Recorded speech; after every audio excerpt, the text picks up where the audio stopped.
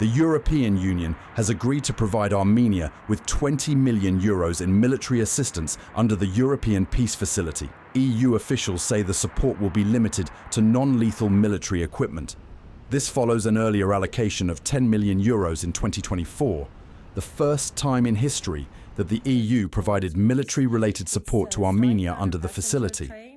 However, the move has triggered criticism from analysts and regional observers, particularly in Azerbaijan, where experts argue the decision risks destabilizing the region. Let's go back to the agreement, the cooperation agreement between EU and Armenia.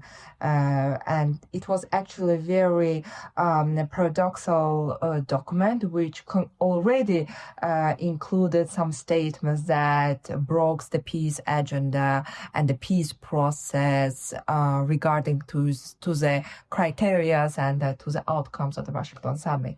So it's really unclear who pushed for this agreement in the European Union, which parliamentarians are voting for this, what was the background of this agreement, and why it is military assistance the main priority of these major budget allocations and money allocations to Armenia. The expert says the EU's decision could become a serious obstacle to the peace-building process between Azerbaijan and Armenia, warning that instead of supporting reconciliation, it may fuel renewed tensions.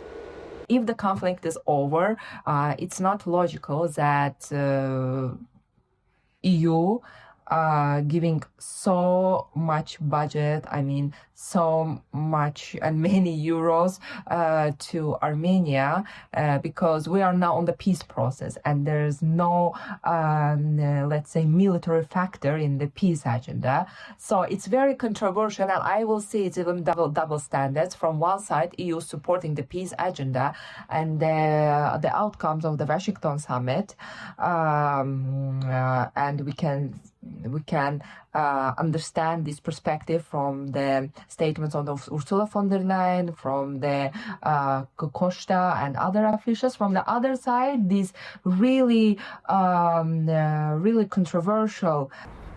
According to the expert, Baku has also expressed concern that previous EU policy documents outlining strategic cooperation with Armenia included issues that, in Azerbaijan's view, revive past disputes instead of focusing on future-oriented peace. Azerbaijan has been working to place its relations with the European Union on a positive footing, while viewing the bloc's current stance as increasingly unbalanced.